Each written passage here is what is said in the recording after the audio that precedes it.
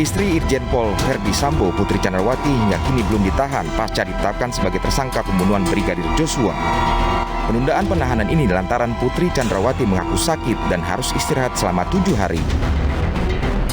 Padahal, penyidik akan mengkonfrontir sejumlah temuan kepada Putri namun gagal akibat ketidakhadiran Putri. Meski tanpa kehadiran Putri Chandrawati, penyidik akhirnya melakukan gelar perkara berdasarkan 2 alat bukti dan menjerat Putri Chandrawati sebagai tersangka kasus pembunuhan berencana Brigadir J.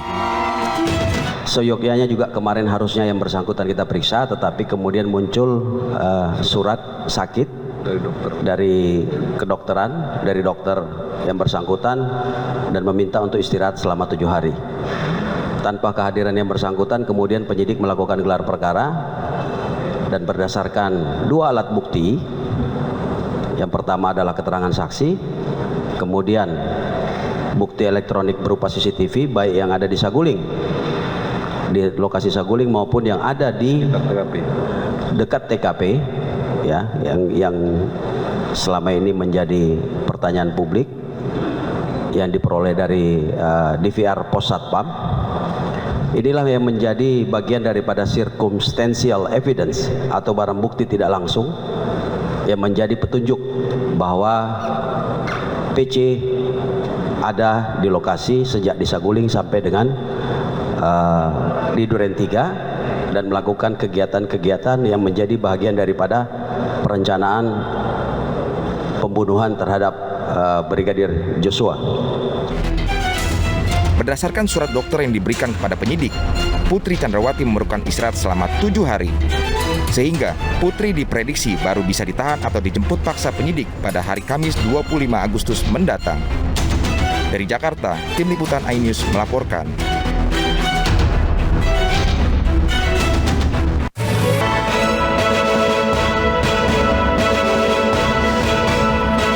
Pemirsa, demikian tadi berita pilihan iNews bersama saya Stefani Patricia. Dan saya Davi Pratama. Pemirsa, kita awali iNews sore dengan informasi Putri Chandrawati janjikan miliaran rupiah kepada Baradae setelah menembak Brigadir Joshua. Istri Verdi Sambo itu dijerat pasal pembunuhan berencana dengan ancaman hukuman mati.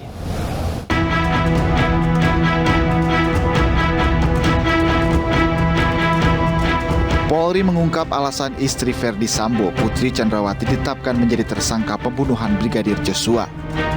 Alasan itu terungkap berdasarkan rekaman CCTV vital yang ditemukan di lokasi kejadian. Saat dan sebelum penembakan Brigadir Joshua, istri Verdi Sambo berada di lokasi kejadian dan mengikuti rangkaian kegiatan mengenai rencana pembunuhan Brigadir Joshua. Inilah yang menjadi bagian daripada circumstantial evidence atau barang bukti tidak langsung yang menjadi petunjuk bahwa PC ada di lokasi sejak di Saguling sampai dengan di Duren 3 dan melakukan kegiatan-kegiatan yang menjadi bagian daripada perencanaan pembunuhan terhadap Brigadir Joshua. Sementara itu, Kabareskrim Polri, Komjen Agus Andrianto mengatakan sebelum Brigadir Joshua ditembak, Putri menanyakan kesanggupan Baradae Eliezer dan Bribka RR untuk menembak Joshua. Putri juga menjanjikan uang sebesar 1 miliar rupiah kepada Baradae yang telah menembak Brigadir Joshua. Sementara untuk Bribka RR dan KM dijanjikan masing-masing 500 juta rupiah. Tim Liputan iNews melaporkan. Meski telah tersangka, istri Verdi Sambo belum ditahan. Selengkapnya sudah bergabung bersama kami rekan Camar Henda yang berada di sekitar rumah Putri Chandrawati. Selamat sore, Camar. Apakah sore hari ini ada pengamanan khusus di rumah Putri setelah jadi tersangka?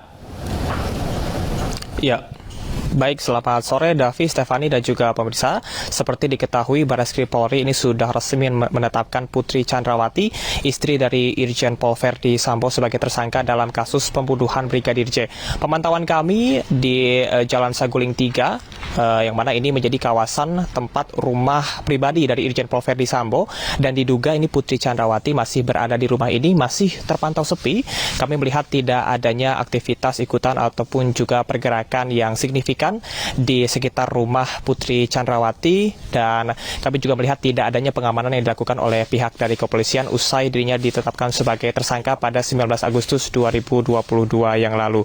Sementara kami melihat juga untuk pintu rumah dari Putri Chandrawati ini juga tertutup rapat, yang mana tadi kami juga sempat mencoba untuk mengambil gambar dan juga melihat situasi dan kondisi lebih dekat, namun memang tidak diperkenankan oleh pihak dari pengamanan ataupun juga satpam yang berjaga.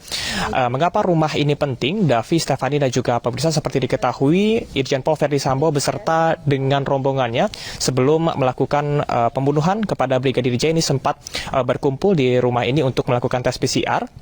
Dan diduga terjadi percakapan beserta dengan perencanaan untuk membunuh Brigadir J yang mana dilakukan di rumah dinas Irjen Pol Verdi Sambo. Dapat kami kabarkan bahwasanya untuk jarak dari rumah ini ke rumah dinas tempat kejadian perkara pembunuhan Brigadir J ini berjarak 500 meter. Dan memang pihak dari kepolisian ini juga sudah menetapkan Putri Chandrawati sebagai tersangka kelima, yang mana ini berdasarkan kepada pemeriksaan terkait dengan sejumlah barang bukti, kemudian juga kesaksian dari sejumlah pihak yang dielaborasi dan juga sudah dilakukan gelar perkara dan menetapkan Putri Chandrawati sebagai tersangka. Hingga dengan saat ini Putri Chandrawati memang belum dilakukan penahanan, dan selama 7 hari ataupun di 1 hari menjelang dirinya ditetapkan sebagai tersangka, ini Putri Chandrawati juga sudah mengirimkan surat dokter untuk masa pemulihan dari sakit hingga dengan 7 hari ke depan. Hingga dengan saat ini sudah ada 5 tersangka selain dari Putri Chandrawati, yakni Irjen Pol Verdi Sambo, kemudian juga Bribka RR, Baradae, dan juga Kuat Ma'ruf yang saat ini juga disangkakan dengan pasal yang sama, yakni pasal 340 subsidiar pasal 338, junto pasal 55 dan juga 56 terkait dengan pembunuhan berencana, yang mana hukuman maksimalnya adalah hukuman mati atau hukuman seumur hidup, pidana, atau hukuman selama-lamanya 20 tahun penjara. Dan akan kita saksikan dan juga kita nantikan bersama-sama apabila ada pergerakan di kawasan Jalan Saguling ini, tempat rumah pribadi dari Irjen Pol Verdi Sambo. Sementara demikian, Davi, Stefani kembalikan dari studio. Terima kasih Camar Henda melaporkan langsung dari kawasan Jakarta Selatan. Selamat bertugas kembali. Nah, pemirsa, tak hanya menyeret Irjen Sambo dan Putri Chandrawati, kasus pembunuhan berencana atas Brigadir Joshua juga berdampak pada anak Sambo dan Putri. Mereka menjadi korban bullying secara langsung maupun melalui sosial media.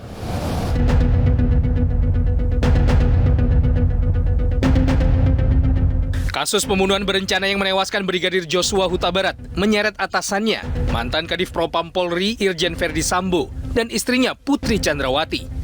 Keduanya kini telah ditetapkan sebagai tersangka dan terancam pidana mati. Untuk kepentingan penyidikan, beberapa kali rumah dinas dan rumah pribadi Irjen Sambo diperiksa polisi, LPSK, hingga Komnas HAM. Tujuannya untuk melengkapi dan menggali bukti serta motif terjadinya pembunuhan terhadap Brigadir Joshua. Kondisi ini sangat berpengaruh pada anak-anak Irjen Sambo dan Putri Chandrawati, terutama pada kedua anak mereka yang masih duduk di bangku sekolah. Akibat kasus yang menempatkan ayah dan ibunya sebagai tersangka kasus pembunuhan berencana, mereka menjadi korban perundungan atau bullying. Tak hanya perundungan secara langsung, bullying di sosial media juga deras mendera mereka. Kondisi ini tentunya sangat berdampak pada perkembangan dan kondisi psikologis anak Sambo dan Putri. Mereka yang tak terlibat dengan kasus yang menyeret orang tuanya harus ikut menanggung beban. Antisipasi hal ini meluas, sejumlah pihak menyerukan agar publik tak lagi menghakimi dan membuli anak-anak Sambo dan Putri. Termasuk KPAI yang akan melakukan pendampingan untuk memastikan kondisi psikologis anak Putri dan Sambo dalam keadaan baik. Pemirsa, sebelumnya skenario pelecehan seksual Putri Sambo dinarasikan menjadi alasan pembunuhan Brigadir Joshua. Narasi ini terbantahkan setelah Putri ditetapkan sebagai tersangka.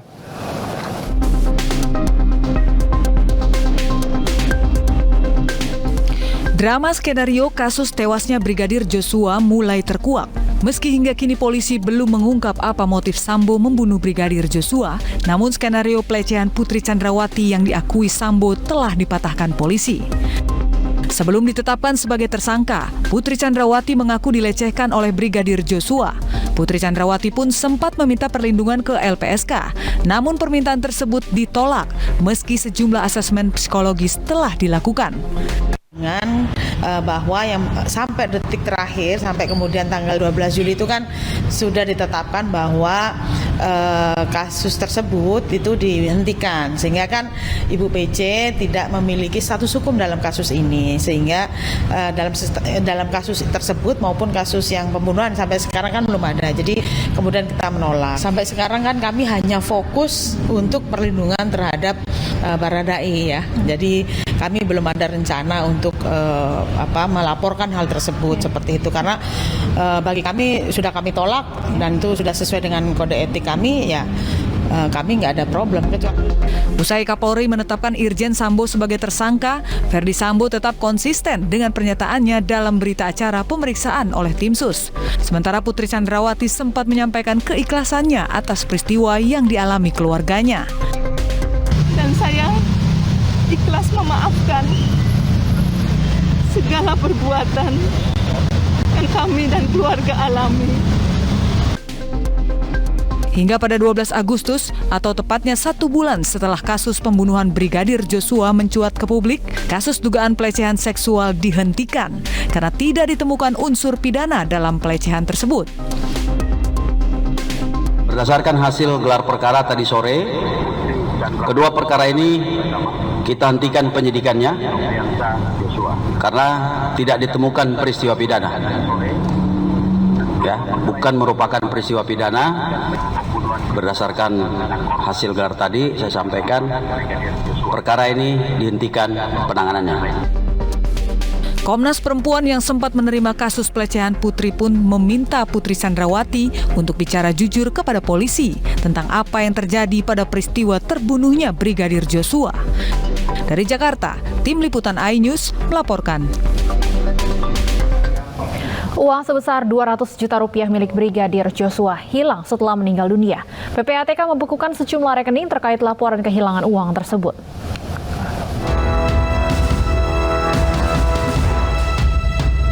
Pengacara keluarga Brigadir Joshua Kamarudin Simanjuntak mengungkap uang sebesar 200 juta rupiah milik almarhum Joshua lenyap dari rekeningnya. Uang 200 juta itu berasal dari 4 rekening yang berbeda yang diduga dicuri. Namun yang menjadi janggal, uang milik Joshua itu ditransfer setelah Brigadir Joshua meninggal dunia. Seperti saya katakan yang lalu-lalu, ada 4 rekening daripada almarhum ini dikuasai atau dicuri oleh terduga Verdi Sambo dan kawan-kawan.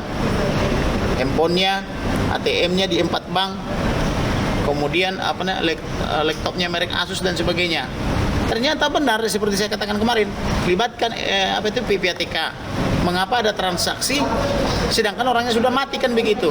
Tadi terkonfirmasi sudah, memang benar apa yang saya katakan itu benar, bahwa tanggal 11 Juli 2022 itu masih transaksi orang mati mengirimkan duit. Nah, coba kebayang nggak kejahatannya?